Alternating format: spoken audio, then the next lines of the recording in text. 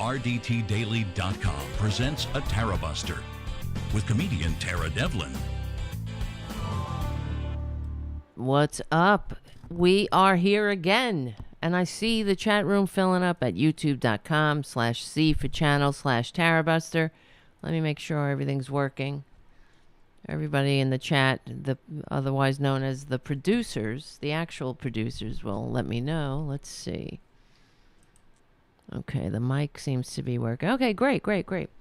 We meet here every Friday evening from whatever time this is, 8:30 p.m. Eastern Standard Time. And wherever the hell you are. Yeah, SoundCloud, iTunes, Stitcher. Give the show a good review on iTunes. But hang out in the greatest chat room in American history at youtube.com/C for channel/Tarabuster. And I'm not kidding. You have to experience it for yourself. So come on over and hang out and meet your new best friends. Thank you, guys. Thank you so much. Right out of the gate, Jim, of course, with the super chat. Very, very nice and generous and really well appreciated. I don't know what I'd do without you. Morally, spiritually, all of that. And practically, right? There are practical considerations that we have to take into account doing a show. You know, it costs money. To get everything. This shit costs money. The restream, the this, the that. I'm not really explaining it well. And thank you, Richard W., for your super chat. Another great show, Tara. I hope so. Well, it'll be great. It's always great because we're hanging out on Friday nights. And, yeah, I don't know what I'd do without you. I have something in my eye, though. That's why I'm blinking a lot. That always happens. All right. I feel like where were we? Right? We had a show last night. And we were talking about a bunch of things. Herschel Walker. I guess we could start there. But before I begin, like I said, become a patron at patreon.com/Tara Devlin. Keep the show going and growing. Give the show a good review on iTunes. That helps. Remember to like and subscribe, all that stuff. You know, hit the notification bell so you know when we go live, on, especially during the week, because those are the nights that fluctuate. And, okay, yeah. Where's my junior? I don't know, he's somewhere. He's walking around somewhere. So, right before we went on air, another shoe dropped. It will never stop. You know, Herschel Walker. It came out again. He didn't just pressure a woman to have an abortion one time. He did it again. In fact, 2 years after the first incident, and that's according to the woman. I guess they're done with him. They're done with his filthy lies, and it was the reason why they ended up breaking up. Because he was pressuring her to have an abortion. Let me see. Hold on. I just had it, of course. Herschel Walker urged woman to have a second abortion. This is from the New York Times an hour ago. So the Georgia Senate candidate's ex-girlfriend said he wanted her to terminate a pregnancy in 2011. She chose to have their son instead. A woman who has said that Herschel Walker, the Republican Senate nominee in Georgia, paid for her abortion. I can't talk. I don't know why. It is what it is.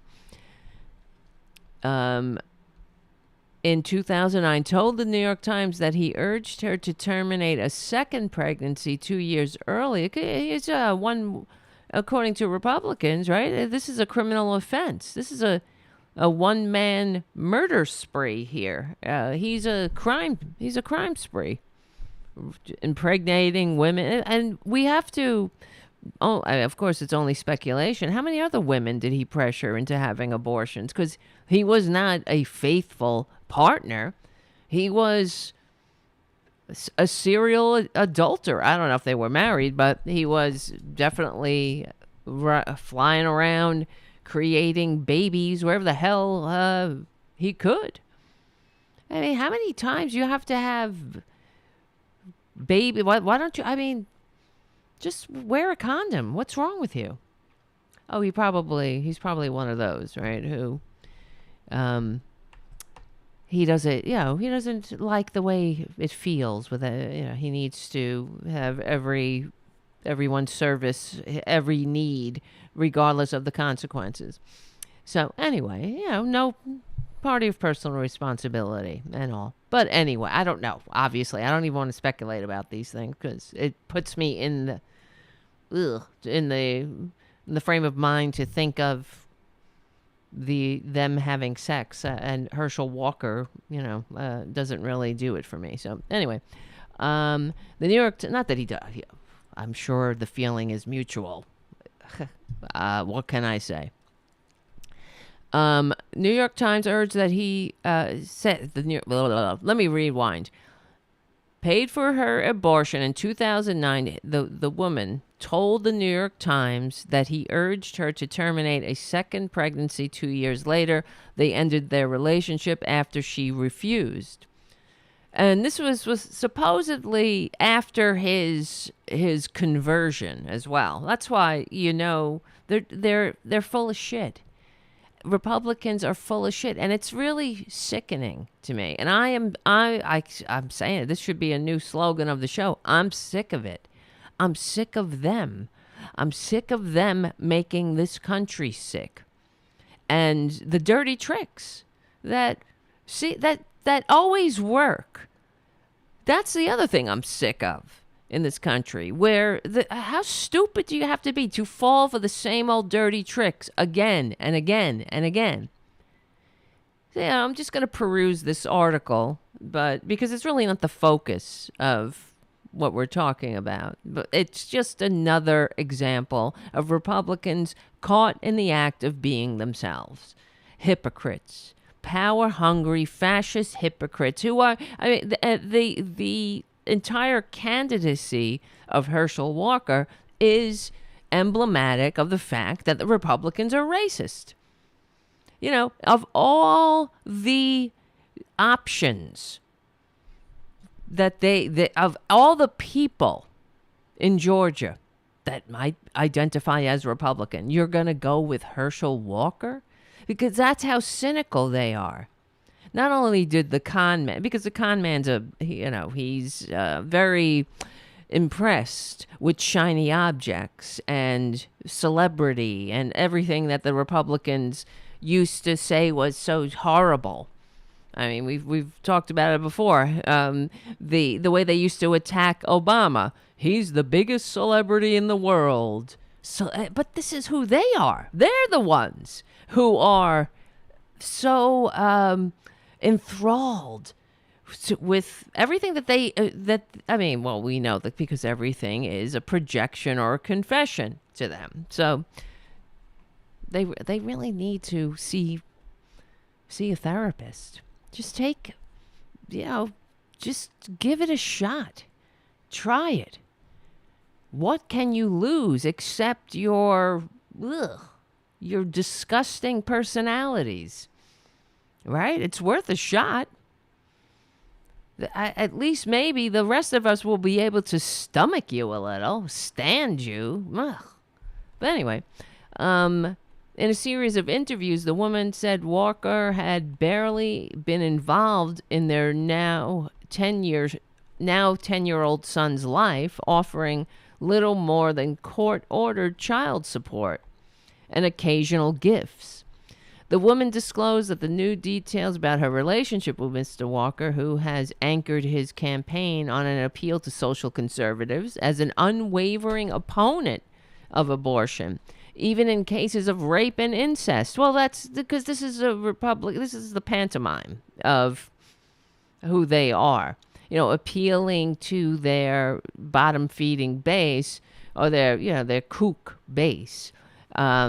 He thinks that that's going to impress them. So, someone says, we're for 15 weeks with exceptions, and he's decided he's going to hang on to. Oh no, I don't believe in any exceptions because that's how much of a Christian I am. That's how much I love babies. I love babies so much. I like making a lot of babies, but I don't like, well, when, when the women who I impregnate have them against my wishes, but I don't want anything to do with the babies. It really is a Republican way of life, right?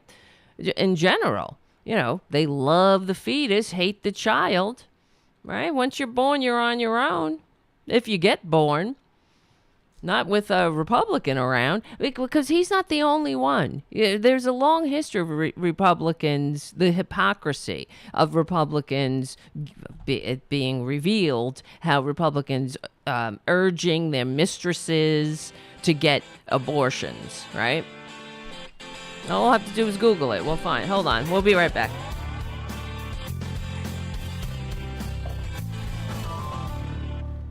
I mean, it's nobody's business, of course, right? But except Republicans want to stick their big Republican noses into everyone's lives because that's who they are. They're fascists. They hate. They don't like. They're not small government proponents. Please, quite the opposite. Therefore, incredibly big Republican government that does nothing for you but inflicts itself upon you, whether you like it or not.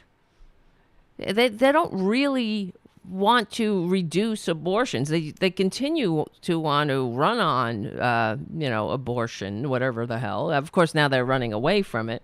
But if they, as I say, if they really wanted to reduce the numbers of abortion or the levels, whatever the hell, however you put it, they would promote policies that actually reduce the numbers of abortions. And they don't.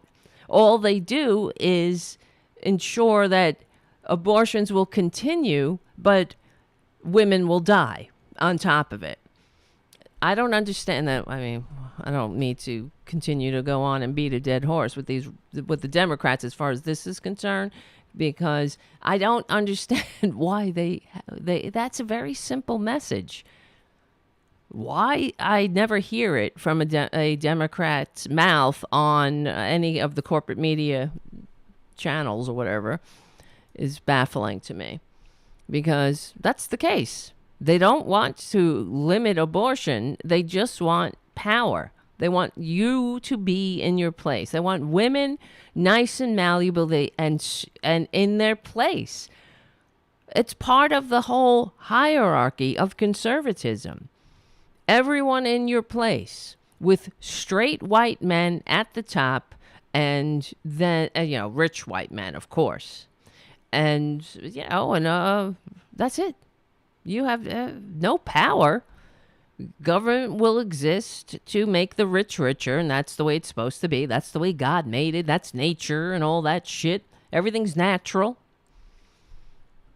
According to them, everyone should be in their place as God intended, right? Whether you have an innie or an outie, whatever the color of your skin is, whatever your bank account is, if you've come up with some scam to make yourself, well, not just make yourself rich, but to suck profit from dupes, no matter what, no matter how much of a scam you come up with Amway, as long as you make money, then you have value. Everybody else is dirt. And as Ayn Rand said, basically grist for the mill. Fuel. That's what she said. Fuel to be used by those who deserve it. That's the exact quote. And that's one of their heroes, because they're sick. And I'm sick of it. I'm sick of them. But pushing Herschel Walker trying to push him into the Senate, the world's greatest deliberative body? How dare you? We should all be insulted. But what is so concerning and annoying about this country, makes me want to get the F out of here, is that I'm looking at, the polls, up in the polls, down in the polls, And they're saying that the different races are tightening because now, it's the push. And Republicans are really pouring on their bullshit. And for example, Dr. Oz and Fetterman, let's see, where is it? The polls are tightening. Dr. Oz shrinks Fetterman's lead in Pennsylvania with crime ad blitz. They're talking about crime, right? And the polls are, the races are tightening, where Democrats were leading in a more comfortable margin. Now here comes all of the Republican, October surprises or whatever, and also they're really pouring on the bullshit. And I guess people are dumb, because they keep falling for it. And while we're on the subject, that is really what gets me about this country. It's like, how many times are you going to fall for the same old shit? Again and again. You don't see this? This is like Willie Horton ads. But here, wait, where the hell is it? Maybe I'll have to play it off Twitter because it looks like the ad. This is good. I don't know if you saw this Eric Swalwell ad. This is how you fight back, Democrats. Let's play this ad. Sorry, guys. I didn't have it ready. Your district has been the murder capital of California for 5 years in a row. Wait. We got to start this over. Kevin McCarthy, you want to talk about law and order? Okay, let's talk. Bakersfield, the heart of your congressional district, is now ranked in the top 10 most dangerous metro areas in America. Your own sheriff said, we know we have a violent crime issue. Kevin, your district has been the murder capital of California for 5 years in a row. And if you're so concerned about crime, why did you vote against $350 billion in funding for law enforcement? Every Democrat voted for it. When Democrats passed a bipartisan bill to fund local police departments, you didn't even bother casting a vote. Kevin, if you really want to talk about crime, let's start with your own party. Because it sure seems like you and your MAGA pals are fine with certain crimes. Crimes like stealing top-secret nuclear files, attacking the nation's capital, assaulting police officers, attempting to overthrow an election. Not to mention the little stuff, like tax and bank fraud. Yep. The truth is, Kevin, you aren't anti-crime, and neither is your party. You and your fellow Republicans are just trying to scare voters, playing politics while leaving it to Democrats to actually work for the safety of Americans. Everyone can see. You're not pro-cop, Kevin McCarthy. You're pro-coup. Nice. That's brilliant. When I saw that's the greatest ad. I don't know who did that ad, who came up with it, the music, the editing, just the right tone, calling out the bullshit unapologetically. What a breath of fresh air that is. That's how you fight, Democrats. That's how you fight. We don't have anything to apologize for. We're on the right side of history. We're on the right side of decency, dignity, democracy, humanity, America. And actual conservatives know this. Non-traitors know this, whether they're Republican or Democrat.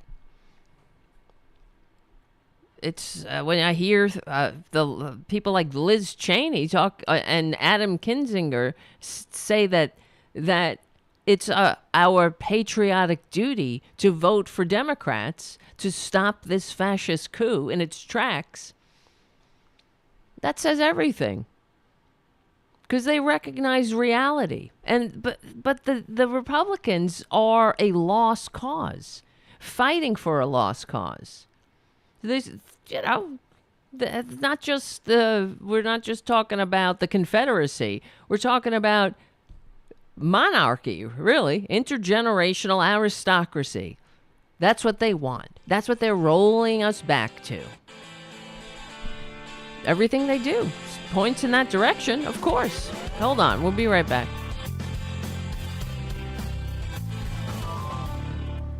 See that? And we are back. Yes. And I see Haiku on the chat. Hi, nice to see you, Haiku. Nice to see you, Mark. Nice to see you, Jim. We got 3 moderators in the chat right now. So everybody be on your best behavior. And thank you, Errol, for your super chat. Any reason why Republic clowns remain delusional? Well, it's racism, and it all fits together. So as far as Herschel Walker, his candidacy in itself is racism. It points to the fact that Republicans are racist. They have their opponent, Reverend Warnock, and just put this guy here. This guy with darker pigment. Doesn't matter who he is, what he stands for. If he can string 2 sentences together coherently, if he's not a violent, hypocrite. He says that Jesus let him overcome his mental illness. If Jesus is your health care, we are screwed. And they're going to put that guy in the Senate? They're going to put this mentally ill freak in the Senate who doesn't, he's just a liar on top of everything else. Lies about, what did he lie about? Let's see. I know there's a long laundry list of his lies. Lies about the college he went to. Let's see. Herschel. Lies, and of course, all these inflated lies. Why? Because it's too much work to actually be the things they lie about. Republicans right now, there's another candidate. He's lied about serving in Afghanistan and talking about being in combat and shit. And he never did anything of the sort. But they lie. It's stolen valor. Because actually putting on a uniform and serving your country is too much work. So lie about it. And even if you did, I served my country. I took the oath. I was in the National Guard. I didn't do anything great. I'm not going to lie. I was over in Afghanistan. No, I was in Fort Jackson. Not everybody gets to be on the front lines. And not everybody should be either. Please. And that's stuff that you can look up, too. They lie about things that are easily fact-checked. Let's see. Herschel. He lies. Let's see. Lied about working in law enforcement. Oh, yes. He lied about having kids. And then of course, they were outed. Everything's a lie. How do you lie about these things, too? And that's the mark of a sociopath. To lie about stuff that's so easily checked. Of course you're going to be fact-checked. Lie about working in law enforcement? That's easily checkable. What else did he lie about? But then, of course, he accuses everybody else lying about him. This is a party of filth. The Republican Party is filth, everyone. I'm not sure if we've made that point clear. And, you don't think that putting Herschel Walker as their nominee is racist? Well, what has he done? What's his accomplishments? Except that he has darker pigment. It's the same thing they did with, what's the other guy? Michael Steele. When Barack Obama was president. Or I'm not sure. Was it before he was elected? I think he might have just been the nominee at the time. But then they announced a new head of the Republican National Committee, and it was Michael Steele. Of course. You don't think they took that into consideration? It was because he was black. He had darker pigment. They're like, oh, you got your guy with darker pigment. We got him. See, we got them all here in our big tent. We got all the N-words. We got C-words, F-words. We got all kinds of degenerates, just like everybody. All kinds of, minority. I'm not saying degenerate. I'm just trying to avoid saying all the actual racial slurs, like, I'll racially slur my own people. We got the mix, right? We got the N-words. We got them all here in our big tent. Right? We got the M-words. We got the N-words. We got the, all kinds of we're not just white people here. We got N-words too. Yeah, we got a very big tent. But this is the youth. It's like Sarah Palin too. Same thing. They were like, we need someone to balance out. What was it? There was it was because, let me see. Everything is escaping me now. It was Barack Obama. Oh, it was because Hillary Clinton. That's right. Yeah. When they were running, in the primary. Hillary was also running before she was the nominee, and then they have to, let's get a woman. We got women here too. We got here's a woman. She fits the suit. She's a woman. Is she qualified? No. Here comes the producer early in the show. I thought you were asleep, producer. Now you're up. But that's what that was about. Anyway, and here. You think it's not the Republicans aren't racist? I was just looking, where is this? Republicans blackening faces. This is a thing that they do. And because I was watching corporate media and they mentioned something about Stacey Abrams in Georgia, that there's an ad. Republicans are running an ad with Stacey Abrams and her skin is darker. And this is nothing new. See here.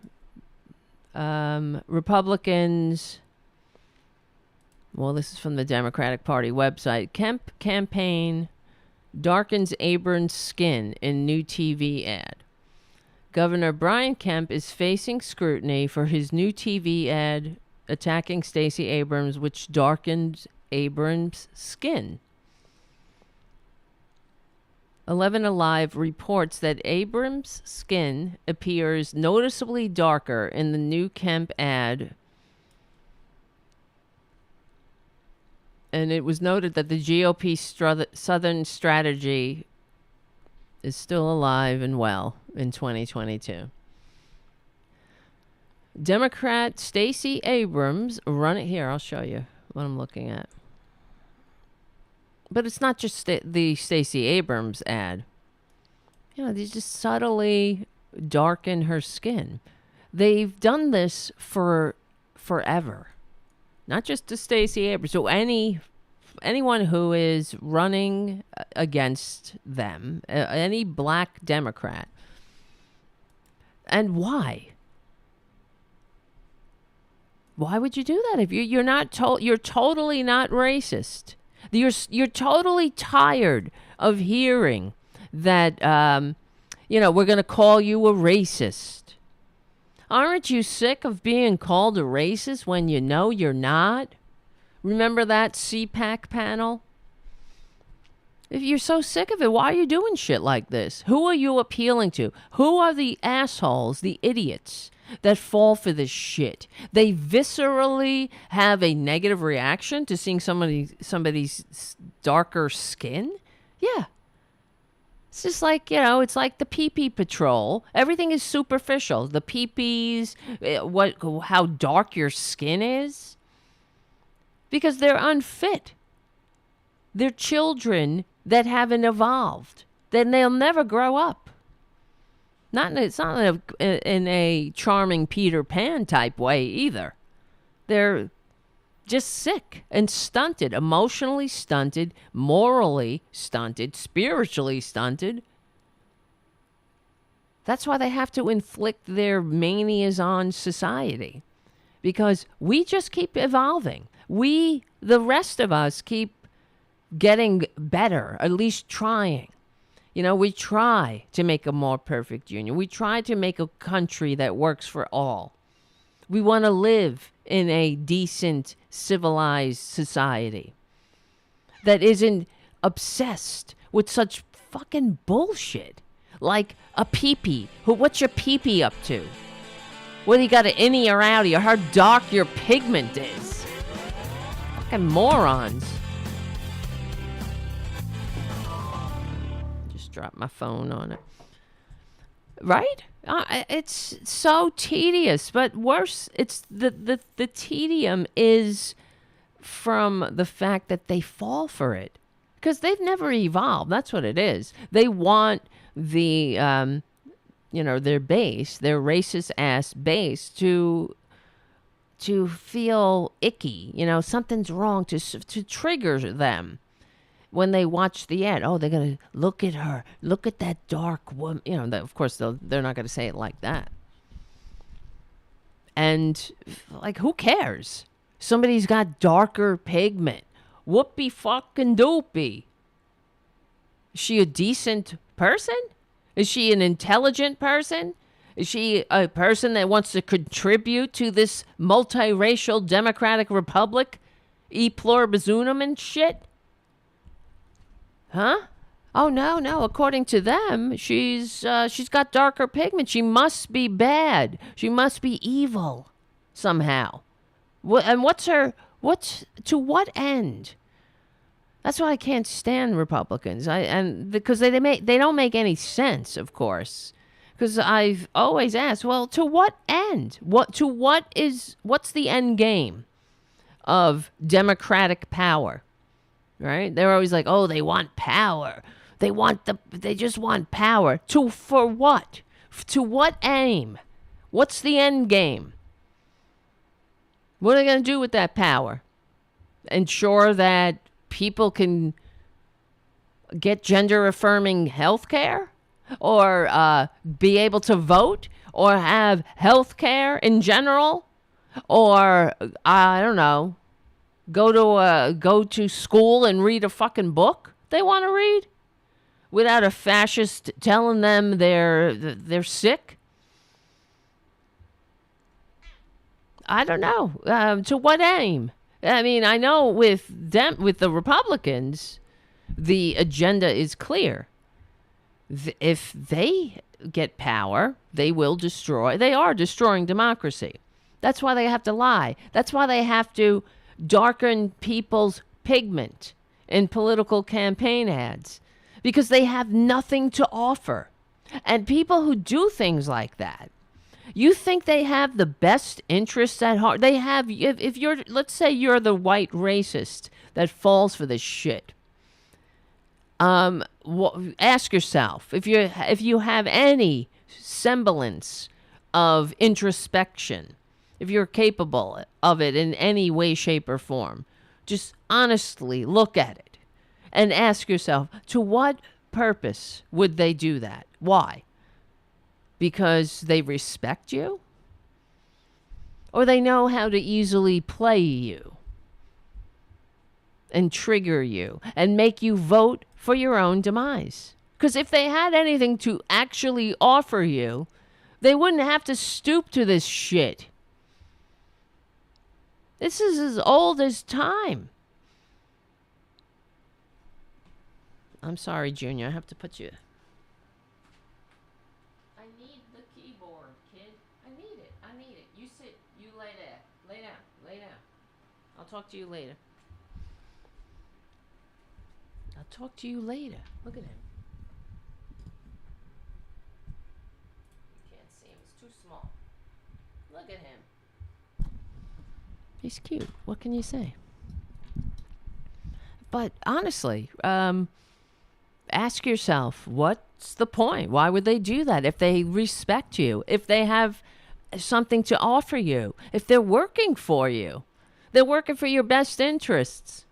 Why would you need to darken someone's pigment in a political ad? Can anybody explain that? Right. Hi, Coup on the chat. I love the poorly educated. Exactly. Yep.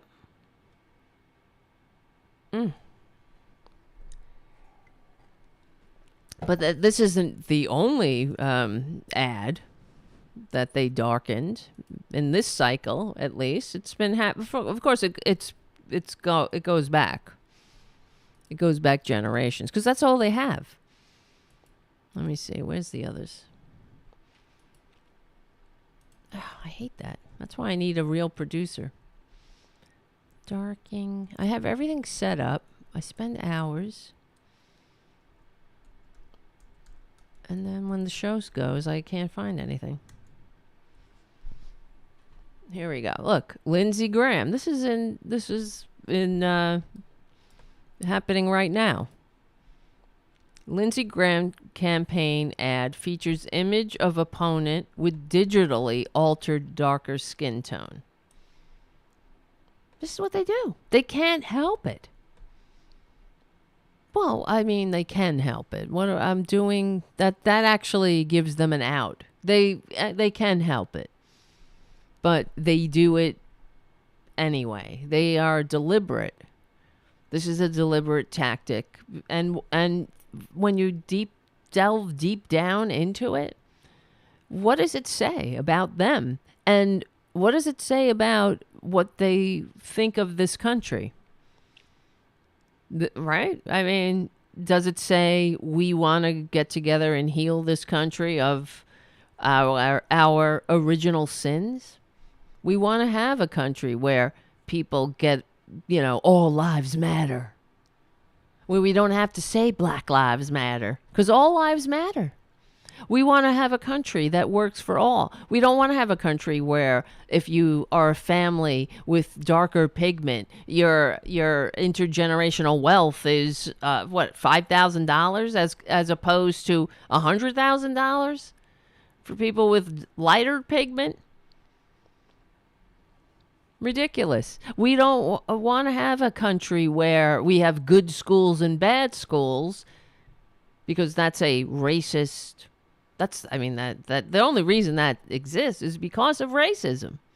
The only reason we fund schools through property taxes is because of racism.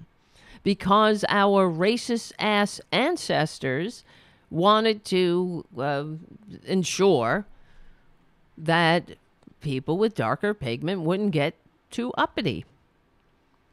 You got to put them in their place. You don't give them the same opportunities and the same resources. You ghettoize them. And then if they don't pull themselves up by their bootstraps, and then every now and then somebody will escape in some form, maybe through sports or entertainment, and they'll make a lot of money, and then they'll use them and they'll say, see, everything's working as well. What's wrong with you? It's not the system, it's you. It's not the fact that the system is rigged and that the racist ass history of this country and the racist laws. It's you, right? And this is what Republicans think. I mean, right now, I'm sure if we turned on Fox News, some form of that bullshit story is being woven into the racist ass empty heads of these suckers.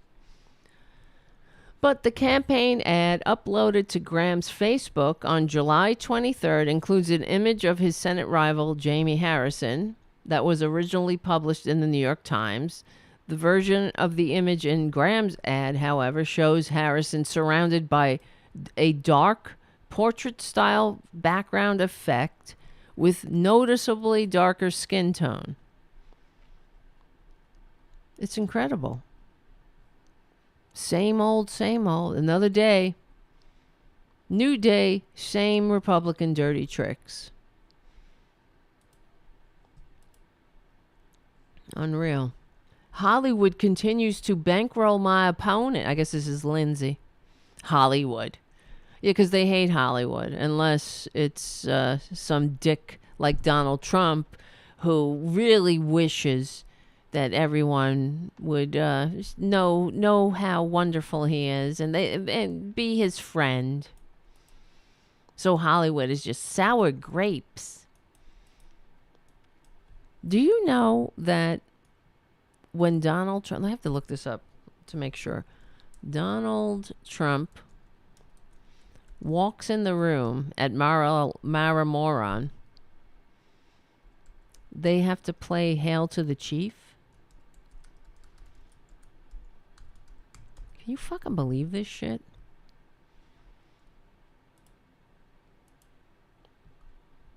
Let's see. Donald Trump has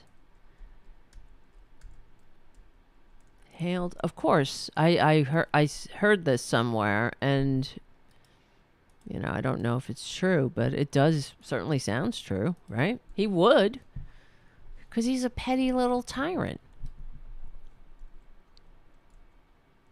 Let's see. Plays at Mar-a-Lago.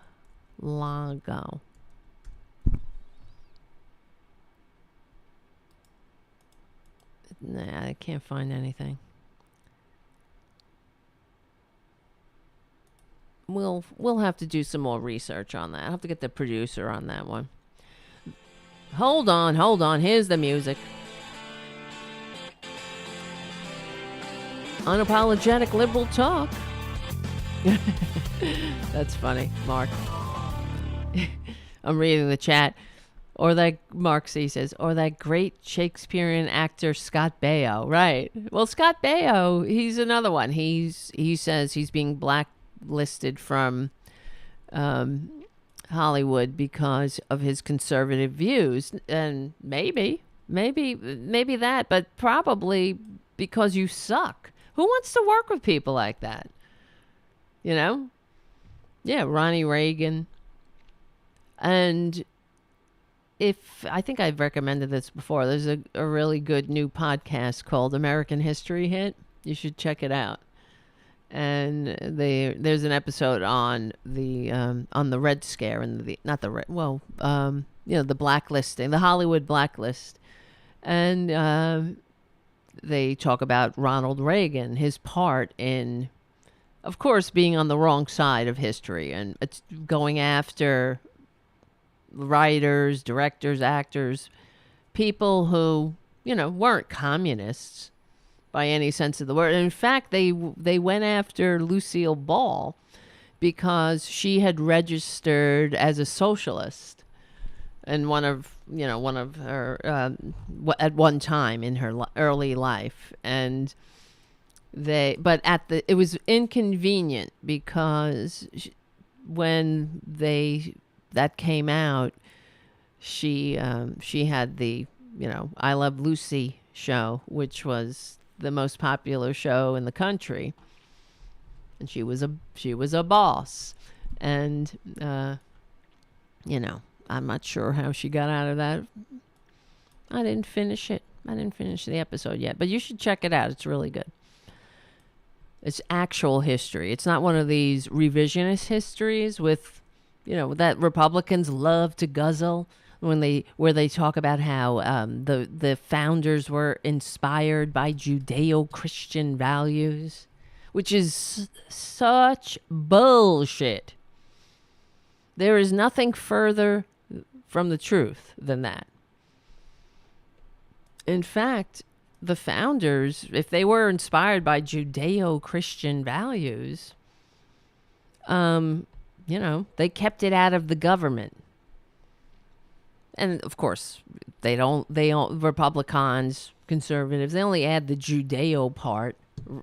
That's like a new thing. Because they're trying to sound non-racist. They're trying to sound like they got a big tent. we're all about the Judeo. They're not about the Judeo or the Christian. They hate Christ. They'd crucify his ass again if he ever came back. And I wish he would. I wish he would come back. Will he please come back and take these effers on out of here? Rapture them out of here already? Right? You know how peaceful it would be if all of the sudden they would all just rapture the hell out of here? Wouldn't that be great? That is like, life is beautiful again. Like, finally, life is beautiful for us. If they would just rapture, all of a sudden, they all bling, gone. But of course, they would never be raptured because they're full of shit. I mean, what does it take to be a Christian? A conservative Christian. Every excuse under the book to be what? Oh, because the ends justify the means. Like, to completely destroy democracy, to have absolutely no integrity, to cling to the absolute worst people and give those people power for what? So you can make sure that two people with the same peepees don't have a marriage contract, aren't free to live their lives the way they want to fucking live it? Because your sky spook, your 3,000, whatever the hell, year-old sky spook, your ancient book of fables tells you never said anything about it, but okay. You know what? The Jesus that they pretend to worship said more about lending money at interest. You know, that's a big sin in the Bible, but that is Trump's entire life. You know, usury, lending money at interest, making money out of money. That's a sin. And Jesus said he was so against it, but said nothing about being gay. Not a fucking word. In fact, there's a story in the Bible where a Roman soldier, what is it? I think it's generally understood that he is asking Jesus to heal his lover, who is probably a slave, an enslaved person. Let's see. Jesus heals gay lover of Roman soldier. Yeah, the gay centurion. Let's see. Did Jesus heal a centurion's gay lover? Oh my God. Let's see. I'm trying to find an article on it.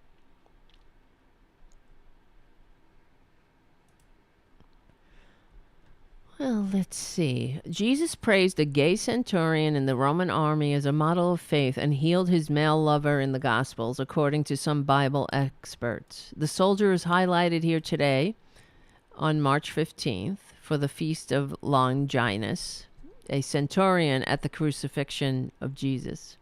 Both Matthew 8:5 to 13 and Luke 1 to 10 tell how a centurion asked Jesus to heal the young man referred to in Greek as his pious, P-A-I-S. The word was commonly used for the younger partner in a same-sex relationship. It is usually translated as boy, servant, or slave. In recent years, progressive Bible scholars have concluded that the centurion was in fact in a homosexual relationship with the slave, quote unquote, who was dear to him in the gospel story. However, being gay today implies an egalitarian relationship, while the centurion and his pal pious were obviously unequal male partners, as was common at the time. Exactly, and that's in Roman culture. It was a macho culture, but you could have a slave, and slaves, of course, had no autonomy. And part of that meant that they were they had to have sex with their owners. They had no will. So we don't really know the relation of these people. And there are, and because Rome had they were good at keeping records, and they had a very litigious society. There are many, if you look up the Roman law or Roman lawsuits, it's really interesting. You really get a glimpse into that world. And there were, of course, relationships of people who, slaves suing their masters, or masters who would fall in love with their slaves and then free them, and then the slaves would run off and things like that. And so, it was it's interesting. So we don't exactly know what the relationship was here, but in the story in the Bible, Jesus, the centurion, actually says that this is my whatever dear to me. And so who knows? I mean, Jesus, let's see. Jesus was willing to go into the centurion's house and heal his lover, but the centurion stopped him, saying, "Sir, I am not worthy to have you come under my roof, but just say the word and my servant will be healed. For I myself am a man under authority with soldiers under me. I tell one to go, and he goes, and another to come, and he comes. I tell my servant to do something, and he does it." During the coronavirus pandemic, this long-distance method might be called social distancing. Jesus saw it as an act of great faith. Jesus marveled and told the crowd, "Not even in Israel have I found such faith." To the centurion, he said, "Go, be it done for you as you have believed," and his boyfriend was healed at that moment.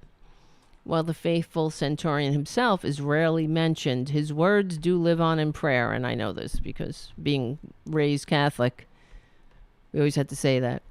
"I am not worthy to receive you, but only say the word, and I shall be healed." That's what you say when you're during the prayers of communion. Whatever. How do we get on this friggin'? How do we get on this topic? Republicans are hypocrites. Full of shit. And I'm sick of it. How about you?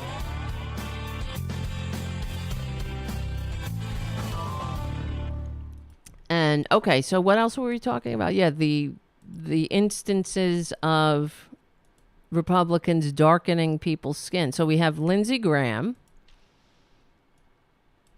Isn't that nice? That's what they do. Because Lindsey is really working for the people.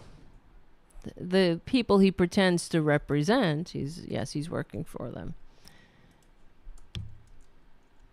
And then, but it's not just a new phenomenon. Here's another one. 2019. Republicans darken Colin Kaepernick's skin for a political ad.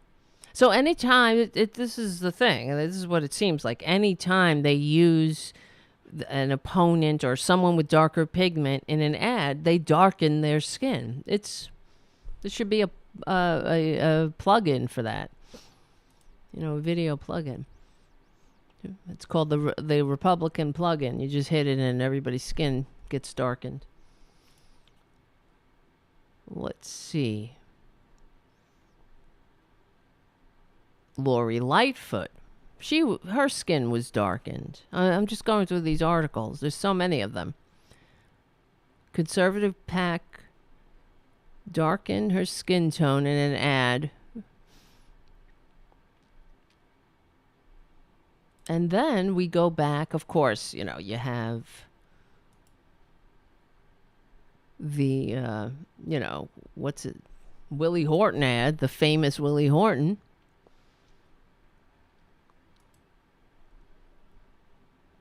It never stops, though. That's what Republicans would do to Barack Obama. Atlanta mayoral candidate claims dirty politics, and Republicans allegedly darkened his skin. It's just pages upon pages of ads. Mandela Barnes. Yeah, let me show you what I'm looking at.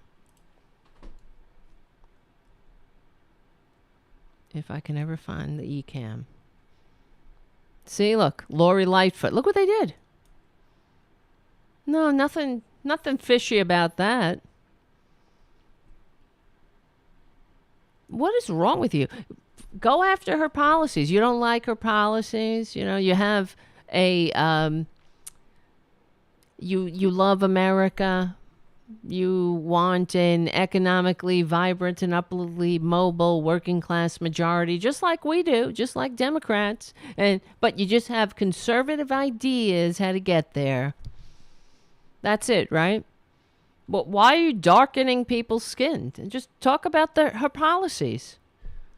Oh, aren't you sick of being called racist? Republicans, what a burden it is. Oh, yeah, you'll just call us racist.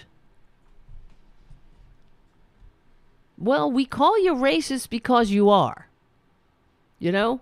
There's a lot of things we could call you nice things if you ever acted like a normal person. If you ever acted human. We would call you a formidable opponent, perhaps. A decent person with... I may not believe in or agree with all your political ideals, but at least I know you're a person of integrity. Could you imagine? Wouldn't that be a wonderful world to live in? We're all patriots here, just trying to make a better country for all. No, but they got to darken people's pigment in ads because they have so much to offer. They have your best interest at heart. I mean, this is offensive to me. This is as offensive. This is really like just another version of running Herschel Walker as their Senate candidate. It's the same fucking thing. It's the same kind of ideal. The same thing they're working from. Same bullshit. Just put somebody up there with pigment. Somebody with darker pigment. Whatever. It could be, a complete vegetable. They don't need anybody who can think. That's what's so insulting, too. Because they love America? You're going to put some dolt up there? Let me see. Who else they got?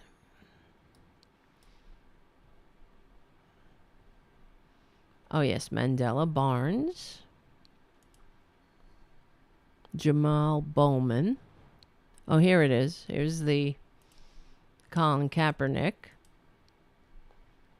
See? So scary. So scary. Fucking Republicans. Oh, yes, Barack Obama. I remember these. This is from 2015. A new study shows that negative ads targeting President Obama in 2008 depicted him with very dark skin. And that these images would have appealed to some viewers' racial biases. Oh, of course they do. Because Republicans never try to bring out the best in people. They never try to get them to evolve, to look at their racism or try to figure out what the hell is wrong with them. Why are you so triggered by darker pigment? They would never do that. They would never encourage their morons to evolve. They'll just tell them that they're under attack. And look at all these scary people. You should be afraid. The finding reinforces charges that some Republican politicians seek to win votes by implying support for racist views and ethnic hierarchies without voicing these prejudices explicitly. It's the dog whistle. It's a fucking bullhorn. The purported tactic is often called dog whistle politics, just as, whatever we know. Then they explain it. Just as only canines can hear a dog whistle, only prejudiced voters are aware of the racist connotations. That debate has been prominent in the 2016 campaign. Republicans say they oppose a generous welfare system. They really mean black. They really mean that black beneficiaries are lazy. That's what yeah, of course. That's the Lee Atwater strategy.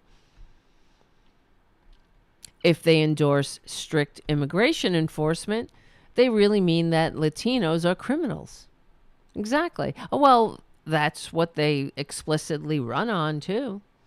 Mexicans are rapists, right? They're bringing drugs. They're bringing crime. They're rapists. Yeah. When that guy was on my show a couple weeks ago, I keep thinking about that and asking him, because it started to devolve quickly, and asking him, are Mexicans rapists?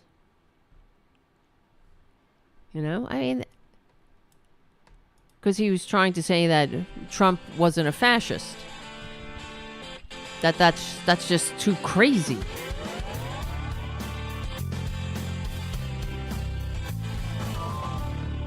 All right. This is Tara Devlin. We're back. Unapologetic liberal talk. Yes. Errol on the chat says, when Barack Obama first made his appearance, many racists never knew that he was born in Honolulu to a Caucasian Midwesterner mother and a Kenyan immigrant father. Yep. Oh, yay. Thank you, Jim. Thank you for taking care of business in the chat. The chat is a nice place. No morons allowed. Morons can lurk and maybe try to learn something, but I'm sure they have other plans. But yeah, we had that discussion because one time I think we had some bad experiences with some trolls in the chat room, and we gave them a shot. Then we had a committee meeting and we decided zero tolerance on them. We don't need that shit. They don't want, it's like Republicans. They don't want to, in general, they're not bringing anything to the table. They're not really trying to have any kind of discourse. What do they Trump 2024. Jesus Christ. Will it ever end? That's the thing that really upsets me. Will they ever stop being stupid and racist? Will they ever stop being the albatrosses around our national necks? And I'm answering this on my own question in my head right now. So the answer is no. They'll never stop. That's why we have to trounce them legally and peacefully. We have to crush them unapologetically. Without, just like that Eric Swalwell ad. They're so transparent, Republicans. They're unabashed hypocrites. That's why everybody got encouraged when Joe Biden was calling them out for taking credit, just for example, for taking credit for bills they voted against. And then going to their districts and tweeting things out like, oh, we're doing this, we're doing that, we're doing this bridge and shit. Everything they voted against. We have to fight them on every front, on every lie. We have to confront them.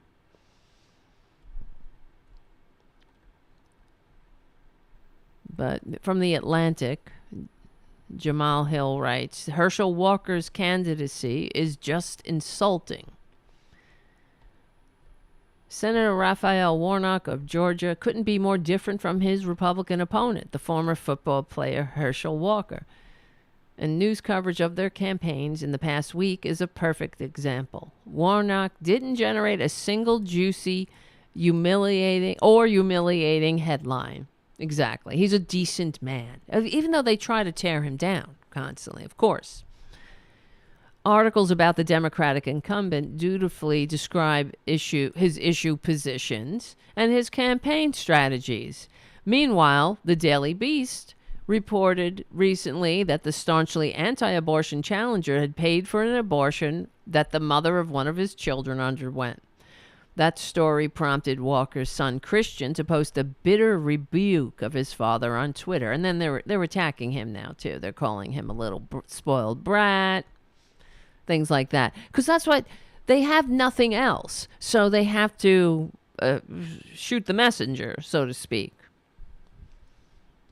What are you going to do? There's no excuse for them, their behavior, or the utter hypocrisy of Herschel Walker and their just bottomless cynicism of the Republican Party. They don't give a shit. They have no values. Their values boil down to power. Power and money in the hands of a few. That's the value. And they'll burn the shit down to get there. They'll tear the country apart. They'll darken pigment in ads. They'll tickle the fissures of disunity. They'll attack a minority group, the politically unconnected. They'll attack minority groups that are misunderstood, and they'll add more of the confusion and hate, ensuring that people are going to die. They don't give a shit who dies. I mean, this is what you do to a country you love. You sow discord. They're like agents of chaos. That's it. And as this article describes in the first paragraph, it's so true. It's always the case, right? We have Democrats, they're talking about policy positions. And we're talking about, what do Republicans have? Loyalty to Trump, big lie, going after fucking, whatever minority group. Lying about them, too. Under the guise of what? It really gets under my skin, them going after trans people all the time. Because it's so typical, to see that. Of course, we saw it coming, but it's the hatefulness of it. It's abhorrent. They're disgusting. They know they're going to hurt people. They know they're killing people. They're going after trans children. Under the guise of, we're trying to save them from being mutilated. First of all, no child goes through, gender confirmation surgery. That doesn't happen. It's not a thing. But you have no business sticking your filthy face into a family's affairs. They have a trans child. That's not your business. Let them figure it out. But, of course, they, have to pretend they're doing it for everybody's best interest. But how come the families themselves are saying, Fuck off. You're doing it for our best interests? For the family. You're doing it for the kids. But the kids, they want to kill themselves. When you pull them out of their classrooms and interrogate them like they've done something wrong. They already feel like shit. And then here come the Gestapo, right? The Nazis, for real. Pulling people out of, the kids out of class. And there they go. They want to kill themselves again. That's what Republicans do. They use the mechanisms of power for evil. They're not using the mechanisms of power to make a more perfect union. If they were, they would educate the assholes who vote for them. They would learn. They would, if they're confused about what, gender identity, take a fucking gender studies class then. But they won't, because they vilify that. As if that's that's a waste of time. No, that's the mark of civilization, you stupid dullards. That's how evolved a country is, right? We have infrastructure, we have decent middle class lives. We have we don't have to go out and dig wells and whatever we're not just busy with the business of survival. We have time to do things like contemplate our navels. What else is the meaning of life? Thinking about things, writing poetry, writing songs, discussing what it means to be a fucking human being and all of the diversity that entails. Why do you hate that so much? Some people are born one way, so it's like any other thing that could possibly go awry in the womb, right? Sometimes kids are born, they need glasses and shit, right? So you get some help with that. It's the same fucking thing. And we know, as science knows, that your gender identity is in your brain. It's not in your pee-pee. I don't know. I'm sorry I keep going on about this, but if this bothers people, whatever. Fuck it. It's necessary. Because it never stops. It never stops. They will never stop until we stop them. But all right, let's see. Under different circumstances, this is the article about Herschel Walker's candidacy is an insult by Jamal Hill. Under different circumstances. Oh, wait. Excuse me. Let me roll this back a little. Until this week, Christian had appeared to earnestly support Walker. That's Christian is his son that came out against him. Even after revelations that he fathered 2 more children than he had publicly disclosed. And that he lied about working in law enforcement and that his academic record, lied about his academic record at the University of Georgia. And he also lied about his business success. Christian appeared at an early campaign event for his father, even though his mother, Cindy Grossman, had told ABC News that when she and Walker were married, he pointed a gun at her head.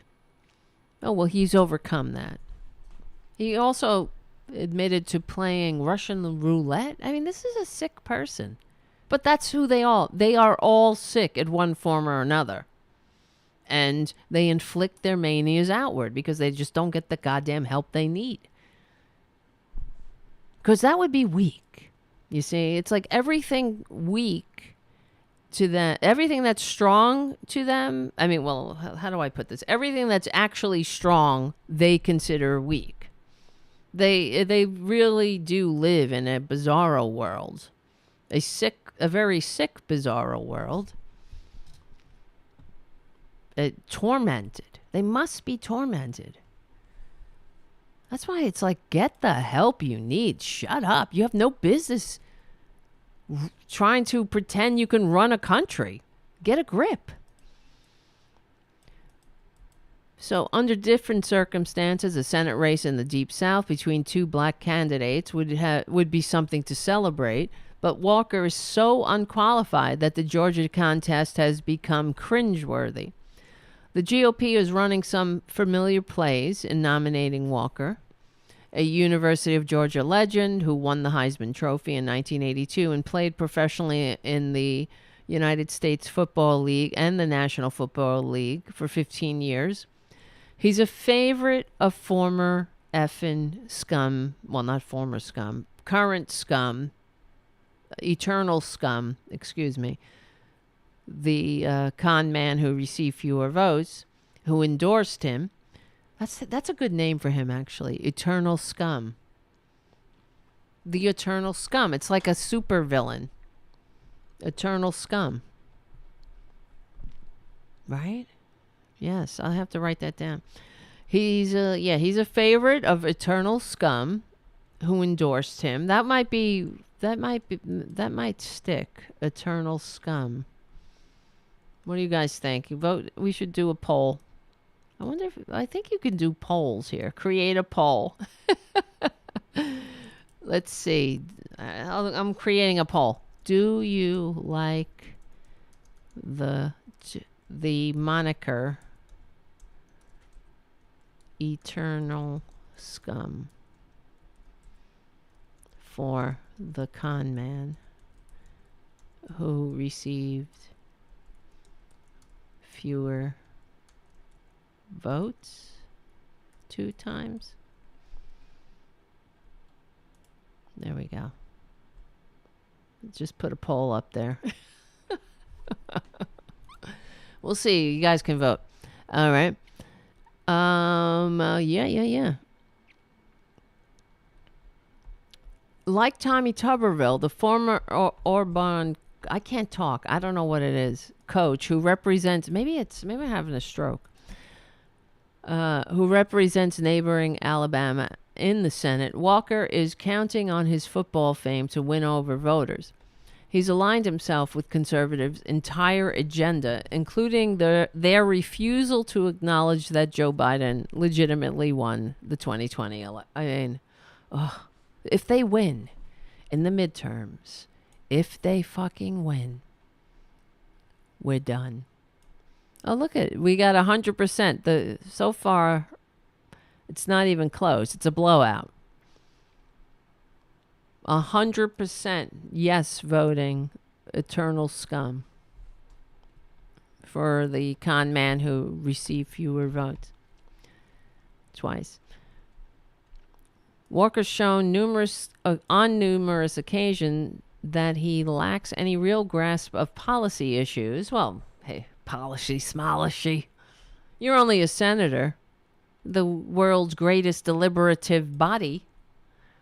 Well, who needs to have a grasp on things? You're in the Republican Party.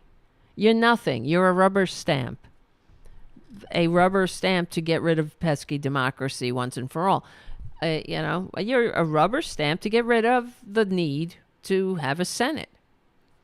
Well, they'll have a Senate. It'll just be for show. Do you know we don't control this? Walker told his audience. He's talking about air. He blamed China for corrupting America's air supply. And I don't mean the band, air supply. Do you know that we don't control this air? He told the audience. No matter how much money we put in controlling our air, it goes over to China or somewhere else and it messes it up. All of a sudden, it comes back over here. And all we're doing is spending money. And Joe Biden, milk is high, and eggs, and, gas prices. Unfucking real. I have to hear that out of the horse's mouth. Maybe we need to go to China and India. Might not be hard. And then clean that up first. Because do you know we don't control this air? So no matter how much money we put in controlling our air, it goes over to China or to somewhere else, and it messes it up. Wow. And it comes back over here. So all we're doing is spending money. Because do y'all know some of the places we're buying oil and gas from? They already put 40% more carbon into the air. Right. Cleaning, environmental-friendly drilling of anybody in the world. So why we're not doing it here? Because we quit going in some other economy. We can quit doing it there. We can do it right here. Is that English? We're some of the most environmental-friendly. First of all, I don't know if you heard the crowd agreeing with him. Yeah. Because do y'all know some of the places we're buying oil and gas from? They already put 40% more carbon into the air. Right. We're the most environmental-friendly cleaning, environmental-friendly drilling of anybody in the world. So why we're not doing it here? Because we quit going in some other Holy economy. Shit. We can quit doing it there. We can do it right here in this country. We want to Wow. clean this environment up. Wow. Maybe we need to go to China and India. They really are fucking monsters, these Republicans. It's absolutely cynical and disgusting. Is right here in the United States of America. And this is what's so funny. We don't control this air. He's saying it So again. because they love to spend your money, as we put millions and billions and trillions and all those numbers into cleaning our air up, we get clean air. Where our air that we don't control floats over to China, bad air. Exactly. They're agreeing with him. Care about floats over to our space and our good air. So now we got their bad air that we're cleaning up with our trillions of dollars that you're paying for, is cleaning up their bad air, but now it's gonna float back over to China. So all we're gonna do is be in this rotation that until we can get China and these other places to clean their stuff So up, fuck it. It ain't gonna be any good. But yet nobody want to tell them that, guys, that's not Nobody gonna work. wants to tell them that. It's always somebody who's not doing something that nobody wants to tell them. Yeah, it's all a big conspiracy. To what? Have clean air? What he's talking about, they're talking about climate change. Why should we do something when China's not doing anything and blah, blah, blah? So let's not do anything then. Why do we do anything? Not the institution anymore, because I'm telling you, charter school works. I see the charter school work. Wow. And then what we need to They do want to make also, this guy a we gotta take senator. control, quit bringing in this critical race theory. Oh Now we gotta spend money cleaning up their bad air, and it's gonna float back over. So I said, all we're doing is spending money. Unless we can get China and India to clean their air up, to clean their water up, we ain't gonna never get this solved. So we need to teach them, the guys, what we need to worry about. Oh my is God, educate our help kids. us. Are you kidding me? This is the end of the Progressive Voices part of the show. I can't believe it, guys. I'm so sorry it goes by so fast. But we will win. Come on over to youtube.com/C for channel/Tarabuster. Listen to the rest of the show. Or become a patron at patreon.com/TaraDevlin. We're on the right side of history, decency, dignity, democracy, humanity. We stick together, we win. My name is Tara Devlin. I'll see you soon.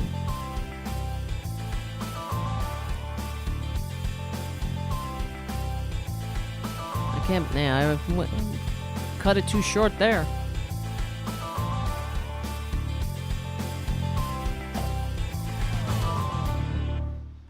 See, either I miss the cue or I go too fast or, whatever. I can't believe that went by so fast. Can you believe that fucking those clips? Yeah, looking forward to his proposed legislation, Jim says. It's unfathomable. Where the fuck do we live? Republicans have zero business. They have absolutely no business being anywhere near the halls of power. Exactly. Mark C on the chat. Blah, blah, blah. What do I say next, Mitch? Exactly. It's like a stand-up routine. Yeah, we got the air over here. We got the air, and then they've got to recycle it. And nobody wants to talk about that, though. Yeah, that's it. Because we're all what? What's the point? And yes, Mark, all white crowd, too. All these white, old, gray crackers sitting there, shaking their heads in agreement. I guess that's one of his favorite shticks. World is right here in the United States of America. So they talk about we need to clean ours up. Why don't we go to China and India and tell them to clean theirs up? Because we don't control the air. No matter how much money Oh my God. You need to work on this bit, Herschel. No, this bad air bit, it's not working.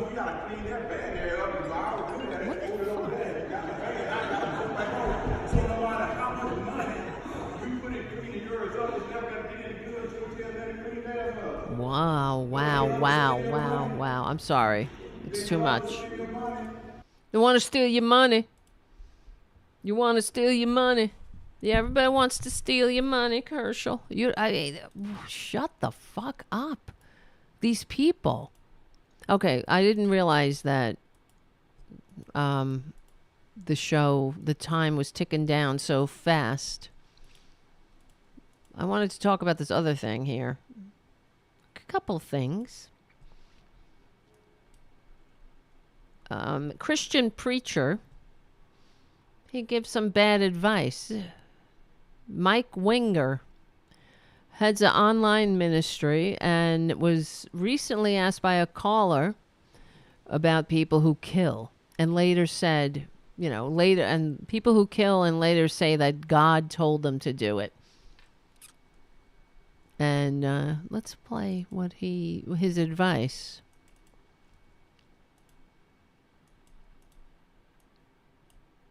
I'm just glad people hate follow me. Like, oh. Oops, wait. Marcy, you think of people that commit murder and then state God told me to do it. Well, I'm going to say something controversial that will absolutely delight atheists because they like to take, not all atheists, some internet atheists like to take things out of context and use it to make me look bad. I don't care. You already hated me anyways. It's not like anything changed. Oh my God, these victims. If anything, I'm just glad. People. Professional victims. What the fuck is going on with this shit? Hate follow me. Like, oh, at least that's there. Maybe they're hearing the gospel. Maybe, God willing, there's like some truth of Christ that will eke through there. So I'm gonna say something here. If God really told them to do it, then they were right. If God didn't tell them to do it, then they were wrong, and they were just a murderer. Can you believe this? And a delusional murderer who's blaming God. So, if God tells you to kill, and it was really God, and you kill, yes, it was good. You were right. Can you believe these people?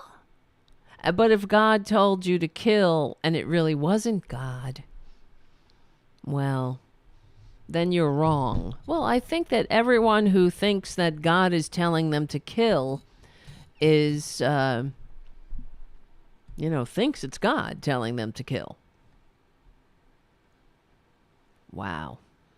I mean, it's just an example of conservatism wait, whoa. Hey, who voted no on we got it's only a 93%. Not that it matters. We have 7% do not like the moniker eternal scum for the con man who received fewer votes 2 times. That's okay. I want you to be honest.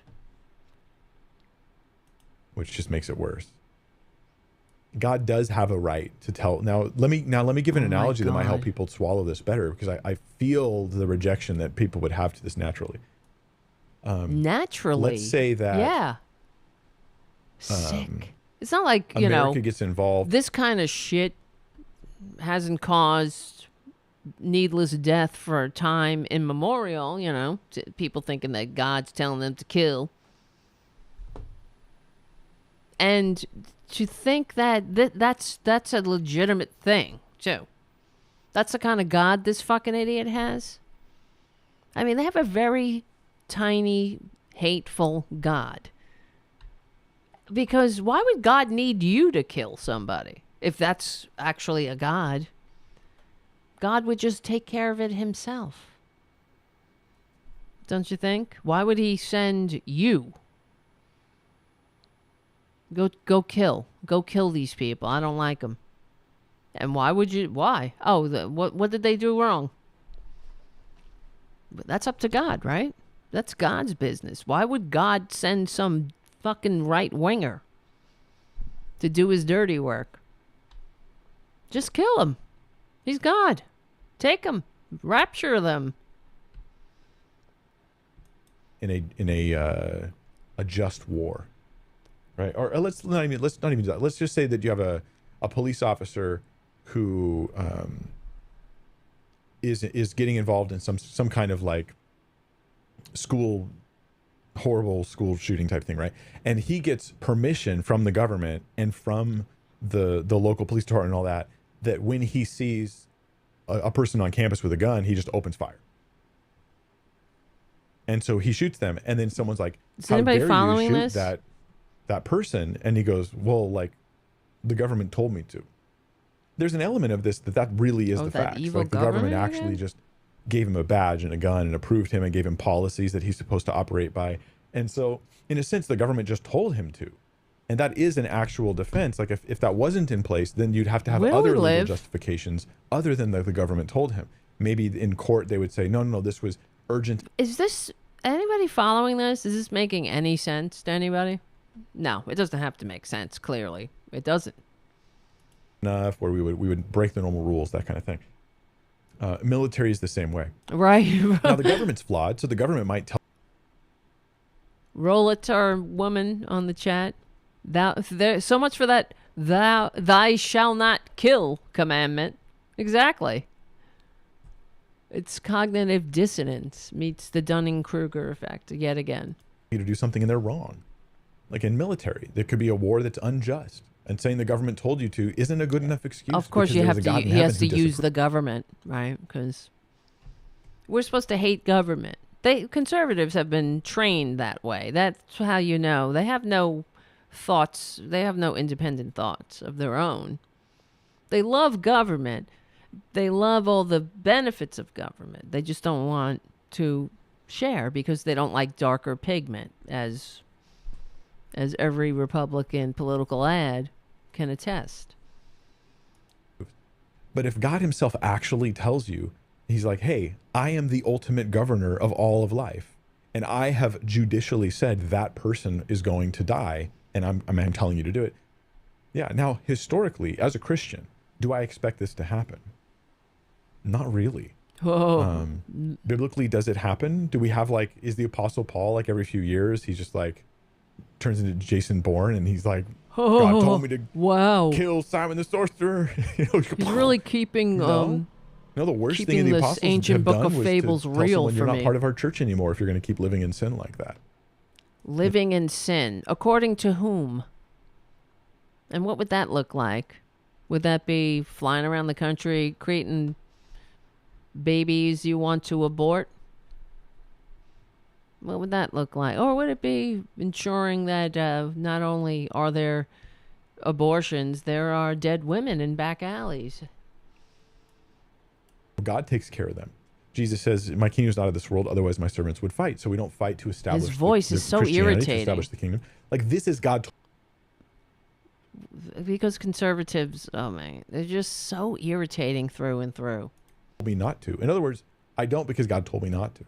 What the fuck are So you as a talking Christian, in about? principle, if God tells you to kill someone, yes, you should. It's God. But in practical reality, I really don't expect this to happen.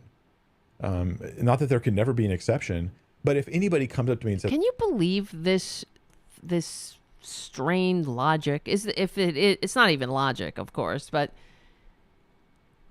why don't you just admit you're full of shit and say, what kind of stupid question is that? He's actually trying to process this?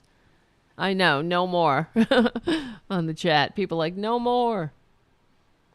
Right. Jim says, I can't decide if I hate his stupidity or self-righteousness more. Right. And it's the convoluted logic. Trying to justify absolute insanity. God told me to kill so-and-so. My default is to think they're probably wrong because there's a lot more weirdos out there than there are people that God is telling to do something like that. Are you fucking crazy? Why don't you just say that? No. Because if God is God, God would kill them himself, right?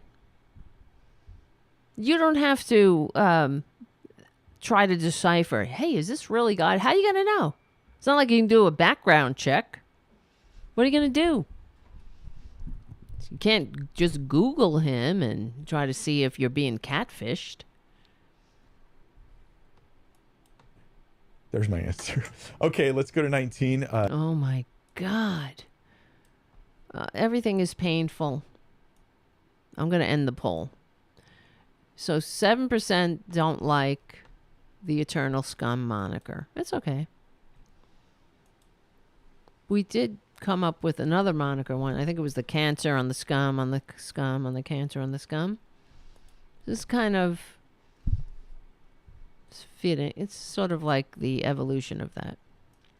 One other thing, there's a few things, of course. It never stops. So yesterday we were talking about Matt Walsh and how Matt Walsh recordings came. He's another right-wing freak, obsessed with people's peepees. His new thing is, of course, attacking trans people. He thinks he knows. He's one of the ones I was referring to who thinks he knows better what a family should do when they're trying to help their trans child. He wants to swoop down in his Matt Walsh wisdom and inflict his manias on a family he knows nothing about. Like he gives a shit. And he's positioning himself as the he's trying to stop mutilation. He's trying to stop parents from mutilating their children. Can you believe the absolute arrogance of these freaks? But that's who they are. This is how fascism develops. I mean, obviously it's here, but this is who they are. They can't help it. They're so fascist that it seeps from their pores. Like Matt Walsh gives a shit about anybody, about children, about, he knows that this is a hot button issue for right wingers, so much so that they are that doctors are being harassed. It never stops, though, right? Republicans, you never stop. They resorting to violence, that's their baseline. That's their fallback, because they have nothing else. They're not operating in reality. They know that they're going against humanity, science, morality, decency. So they fall back to violence, threatening people, threatening doctors. These people haven't haven't taken a goddamn science class, much less know anything about gender or anybody who's different. What the fuck do they know? They want the trans children to simply kill themselves like they used to. That's when America was great. So recordings came out because Matt Walsh is a true psychopath, true piece of shit. And he's been broadcasting, doing podcasts and whatnot for a while. So there's a lot of shit to fall back on. But this is I don't know, it's an epidemic. These Republicans, these conservative white men, quote unquote men, who are, that's their shtick. Being ugly, being bigoted, being ignorant, spreading more ignorance. Sticking to their ignorance. They have uneducated, ill-informed views, and they're holding on to them with every ounce of energy they can muster, and then they will never let go of them. That's their birthright as a conservative, to never ever evolve, to never change, to never learn anything new, to never become educated about someone who might be different, about what that might feel like, what that might be like. Not have any empathy. Not having empathy is a strength to them. The cruelty is the point, of course, but it's also everything else, the ugliness, the hate. That's the point. The spreading hate. Making sure that people want to kill themselves. That's the point. So, caught in the act of being himself, yet again.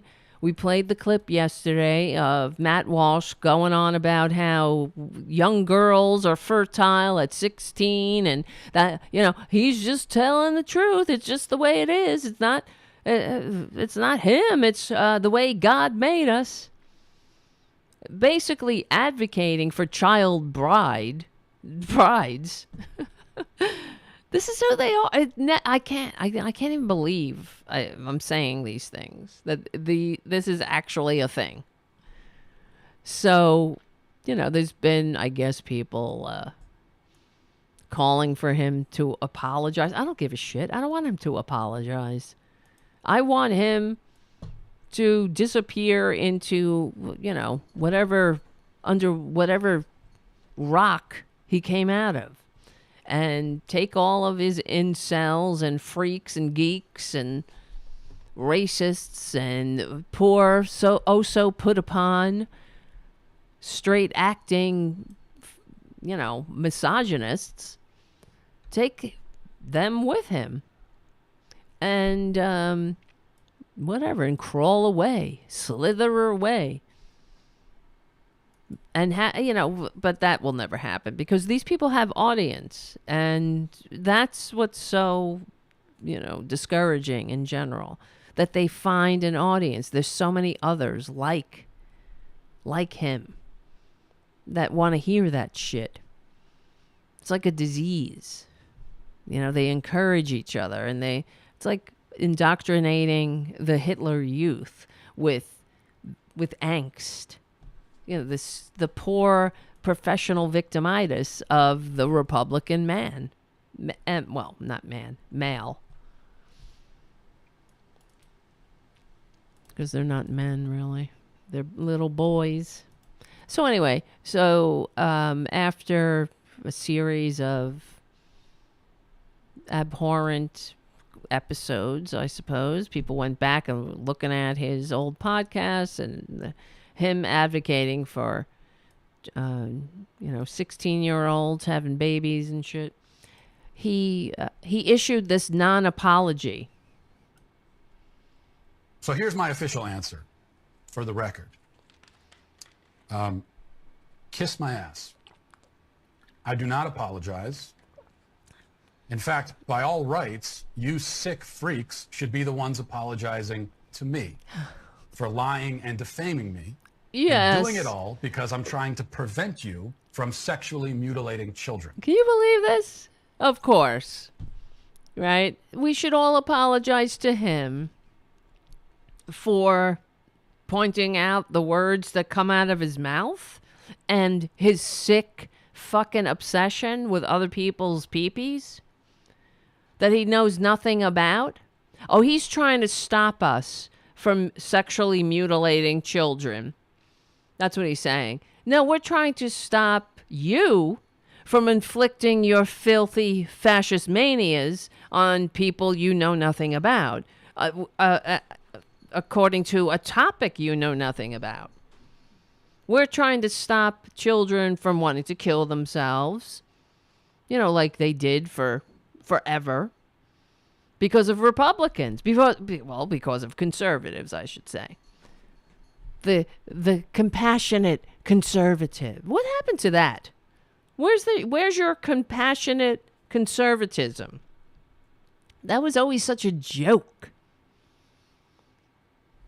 And this is the latest form of compassionate conservatism, is that they never apologize for anything. And why would they? Because they would never, even when they apologized in the past, which was rare, they never learned anything. They only apologized when they exhausted every other avenue. They tried every other dirty trick, and all right, fuck it, I'll apologize. But they don't apologize. It doesn't matter if you apologize if you learn absolutely nothing. So that's who they are. And learning absolutely nothing is the very definition of conservatism. And so that's what Donald Trump has taught them. To never apologize, never learn, never look at life through somebody else's eyes, If you're confused about things, don't ask. Because here's the thing. People have been trying to tell him. They want to educate his dumbass. They want him to just leave them the fuck alone. But he has no interest. It's like that "What is a Woman" thing we played yesterday. One of his ridiculous fascist movies where he's asking people, "What is a woman?" As if he wants to know the answer. There is no answer, asshole. And people are trying to tell you. But all you do is mock people. And then you get some old guy up there saying, "How do you know you're a man?" "'Cause I got a dick." It's like, go away, you babies. But this is a person who has a lot of followers. There's a lot of people like this very sad person. I don't know what the fuck, how it's satisfying to go through life being such an ignoramus constantly, who refuses to learn, who is so filled with ignorance and hate, and is doing everything in his privileged power to pass that ignorance and hate on to anybody he can. Anyone who'll listen, anyone who's stupid enough to listen to him. Exactly, Haiku. Let the decision be between them, their parents, and their doctor when they're old enough. Because these fucking conservatives don't understand. There is a process. You don't just go in and say, "Mommy, I want to be a girl." Or a boy, or whatever the fuck. And they say, "Okay, let's go." It doesn't happen. It never did. And these people are spreading nothing but lies that are killing people. It's like, shut up. I don't understand why they are so wedded to ignorance. What do you get out of it? Being an asshole, just being but I guess, I'm answering my own question in my head again. It's part of sociopathy. Some people are filth. They have other agendas. We all kind of think that we're operating with the same set of emotions, and that's what we hope. That's how Mother Nature programmed the majority of us. We all operate under the assumption that we feel each other's pain. That's empathy. That's what Mother Nature gave us, empathy, so we wouldn't be assholes to each other. But some people are broken, They're just plain old broken.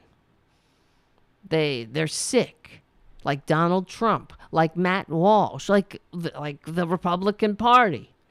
Half of them, I don't even know. I mean, we can go through them one by one, but there's definitely something wrong with them. And I have to only assume that somebody like Matt Walsh, who pretends to care so much about trans children, that's what you care so much about them, but you don't know a fucking thing about them. Not a goddamn thing. And you don't care to know it. You know what I mean? He doesn't care to know it. He wouldn't spend a day with a family dealing with this because he doesn't want to know. He wants to activate the people who watch his show and listen to his fucking vomit. He wants to encourage them to attack doctors and harass families and children and make sure that the kids want to kill themselves because of the ignorance. That's all it's about. It never stops. Conservatives never bring light to a situation. They never bring truth. They bring hate, division, ignorance, ugliness, violence. They don't know how to act. I mean, and just listening to him, I will never apologize. I don't give a shit if you apologize. Shame on you. You don't shame us. You don't shame normal people. You shame yourself. And of course, there's an audience for everything. For every dumb scumbag. But this won't age well. It never does. That's the other thing. You ever notice that conservatives, they don't age well, right? This is one of those things. When you go back in time, this is one of the things that will be played to illustrate how far we've come. Like, remember when? Remember when people used to think like that? Well, it's sort of like when we see the old footage of the civil rights people, the activists at the lunch counter being screamed at and spit on and shit. It's not like the white devils in those images that were harassing people. It's not like they're coming out like the heroes. We look back and say, God, thank God we're past that. They don't look good. That's how Matt Walsh is gonna fare in history's light. Then it's conservatism. Can anybody on the chat, give me an example? Has there ever been a conservative point of view or stance that's aged well? All right?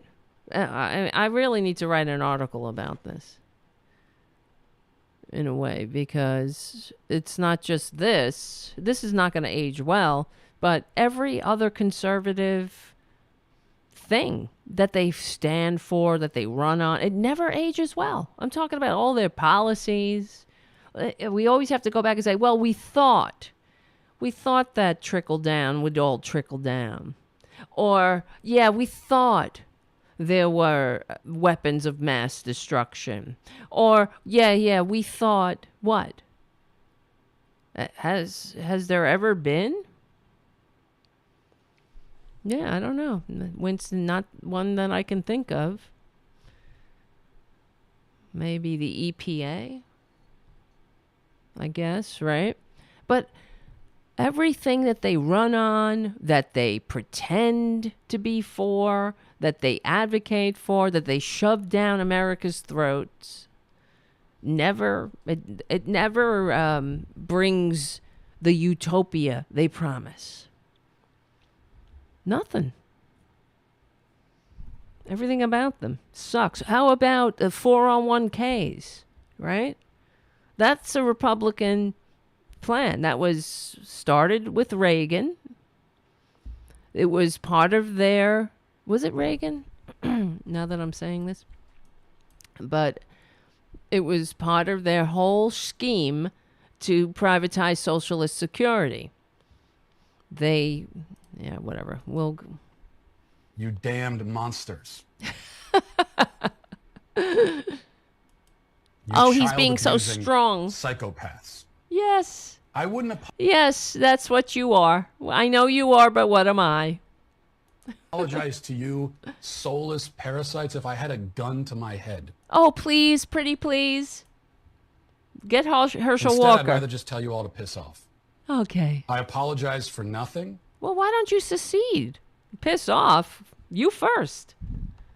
I concede nothing. Of course you don't. I will never surrender even a single inch of Yes, never surrender. You're a real champ there. The way you target a minority group like that. The way you vilify another minority group. You're a real upstanding citizen there. Down to a pitchfork mob of Yes, a mob who merely wants you to maybe educate yourself before you embarrass yourself more. But okay. degenerate morons. Yes, but we're not the ones who want to have child brides, right? We're not the ones trying to, justify the unjustifiable. You know, the secret they never say out loud. Okay, yes, is we that never do. Well, how come nobody can ever say it, but here they are saying it? Right? No one lets me talk. I'm censored. But here we go. Nobody is truly canceled unless they consent to it. Fuck off. Yes, exactly. That's not actually true. No, people are canceled. We'll see what happens with Twitter, but you don't have to. You don't have a constitutional right to be on a platform to spread hate and lies. But okay. They willingly play their assigned roles. Oh, what a man. What an upstanding do not consent. Spartan I'm not you gonna are. play the game. I'm not going anywhere. It seems to be. It's unreal, though. Anyway, but that's who they are. Never apologize for being wrong. That's another thing, Republicans, that's what I used to say. Another one of their mottos should be, what was it? Being a Republican means never saying sorry. And that's so true. Because, why do you apologize when they're not, it's not an accident. This is the feature, not the bug. They're doing it because this has always been the plan. Being a dick, concentrating wealth, separating the American people, tickling all the fissures of disunity. It's not an accident. This is the Republican agenda. Yeah, I know, right? Haiku on the chat. Consent? You mean like a 16-year-old bride? Right? That's a good one. But yes, Republicans, being a Republican means never saying you're sorry. Let's see. I'm only looking at the time. That's why I'm afraid to start something. We only have 2 minutes. So, yes, consent belongs to her father, right, Jim? On the chat. That's so true. Oh, that's right, Mark, on the chat. Reagan did rail against Medicare as socialism. That didn't fare too well 60 years later. Exactly. It's another example. That's the other thing that really annoys me. And I keep thinking, I have to forget thinking. But I need to write an article about that. How Republicans never pay a price. They're constantly inflicting their manias on the country, and they never pay a price. They don't. It never comes back to haunt them. No one ever asks them, what about those death panels? We got Obamacare. I don't see a death panel. What about every other warning they've given us, or every other promise. It never comes to fruition, and they never pay a price. But we will start making them pay here, because we will win. That's why, you need to support the independent liberal media. Become a patron at patreon.com/Tara We will win. We're on the right side of history. That's the truth. We're on the right side of decency, dignity, and democracy. We stick together. We win. My name is Tara Devlin, and I will see you soon.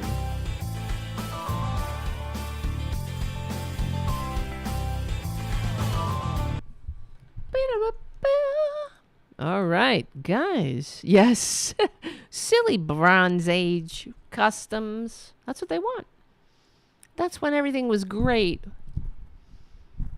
Make Earth great again. Bring back child brides.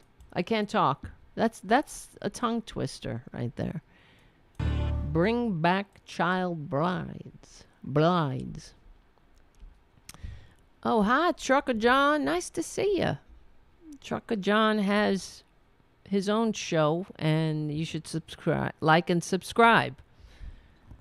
Trucker John puts, if you go into the Tarabuster Discord page, you'll find some links there, too. Yes. Keep it up. I love it. Good stuff, Trucker John. I wish I was a trucker.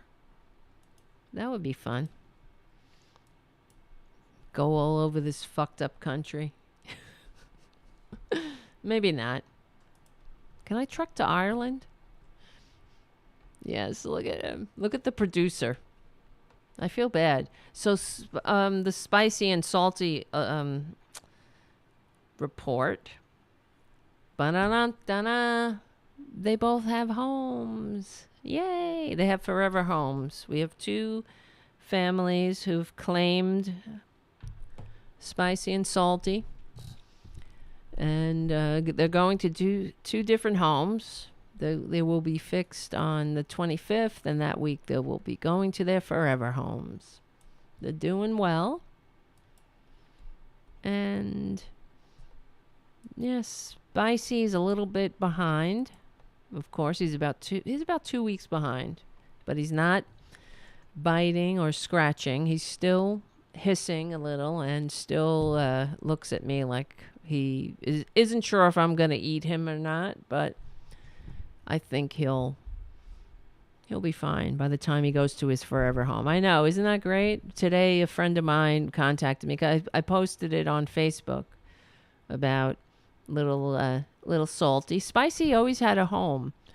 One of the guys at the cemetery always put dibs on him, even though he's a pain in the ass. Not the guy from the cemetery, Spicy. But Salty, who is so much of a sweetie, that so much easier than Spicy. If they were both like Salty, we wouldn't have a problem. I was a little worried about Spicy. He's coming along though. But she, one of my friends on Facebook, who's going through a divorce, and her daughter, they just recently lost their dog who passed away. So the daughter's having a rough time. The daughter's 13, and Salty's going to be perfect for her because Salty is a sweetheart.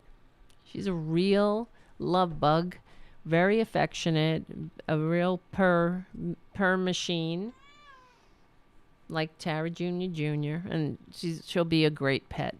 So I'm happy. So in a few weeks, we'll get the house back, and the producer will be happier because he's not happy. I'm not happy too. I want them to. They don't know. They don't know what's going on. They don't understand why they're. Well, I'm sure they know. They know something.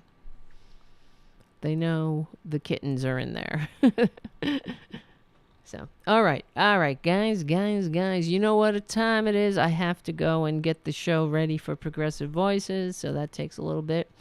I will, and then I need to get unconscious. Yes, Junior. But we will see each other again really soon. So, guys, I don't know what day. We'll see. Probably Wednesday. I'm hoping. Yes, Junior. And, yeah.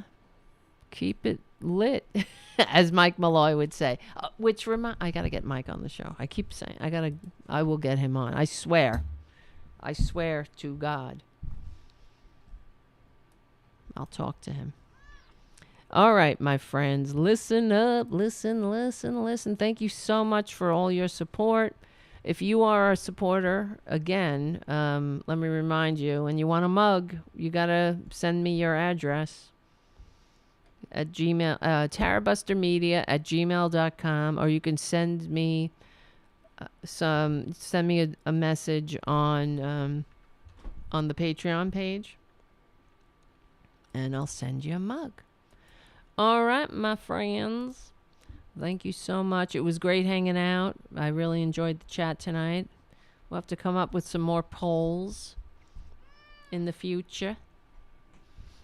And, yeah, we stick together, we win. Hopefully we will. You only have 5 weeks to save America, so. Ugh. And, yeah, my name is Tara Devlin. This is Tara Jr. Say that. Say hello. And I will see you very soon.